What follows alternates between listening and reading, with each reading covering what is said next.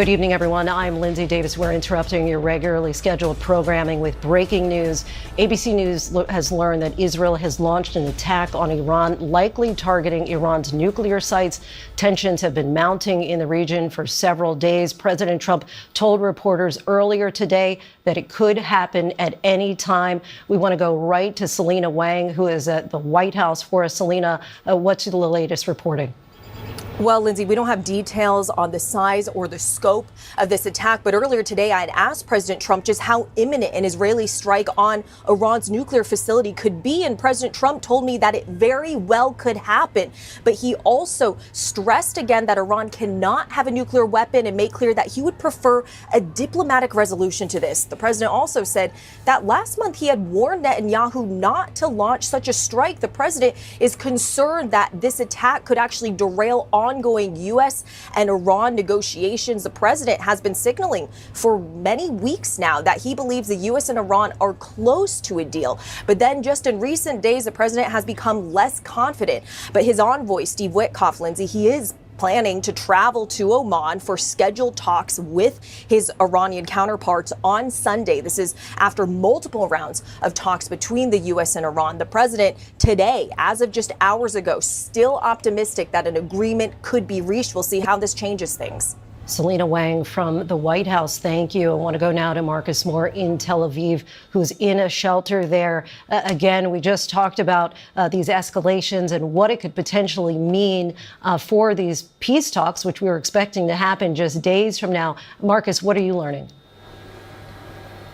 Well, Lindsay, I can tell you that the tension has already, as you know, been high across the region. And just moments ago, the air raid sirens went off here in Tel Aviv, and there was an announcement on the loudspeaker here in the hotel where we're staying and working, and it urged everyone, the guests, to get to the shelter on their floor. And so that's where we are right now. Just to show you around just a little bit, you can see they have some supplies in here. There are cots, and guests have also joined in these shelters to try to get to a safe place.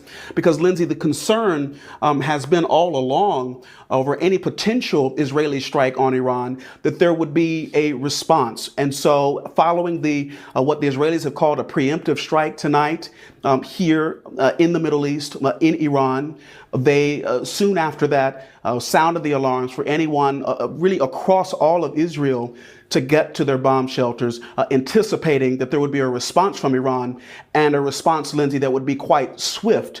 And what we have heard from the Iranians is that if any of their locations were hit, whether they're nuclear or not, that they would respond in kind. And so that is why there's been so much concern here tonight. And we are taking a live look at Jerusalem at this moment. Marcus Moore, thank you. I want to bring in former State Department official and ABC News contributor Colonel Steve Ganyard. He joins us now.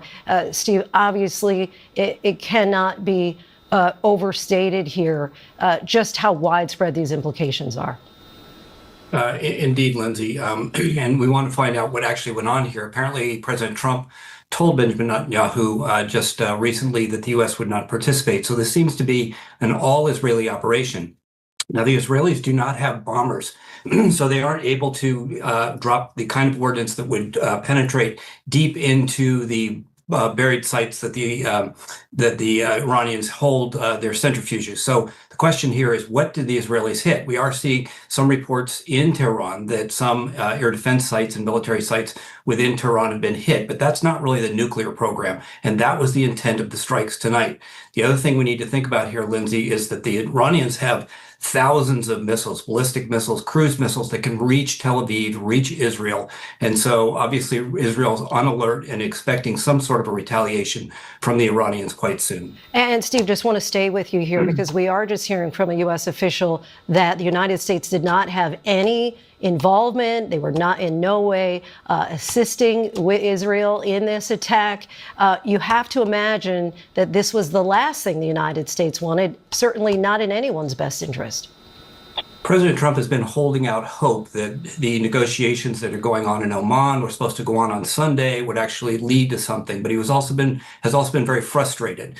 The Israelis see the ability of the Iranians to create a nuclear weapon as an existential threat, and so their ability to tolerate the kind of delays that we've seen out of the Iranians is very different from the U.S. So Benjamin Netanyahu made the decision to do what the Israelis have literally been planning for decades to do, and that is go after those nuclear sites to try to set back the Iranian nuclear program. Steve Garnyard, for us, we thank you so much for your time, and we are now going to return you to your regularly scheduled programming. Our coverage continues on ABC News Live and abcnews.com. I'm Lindsay Davis in New York. Have a good night. This has been a special report from ABC News.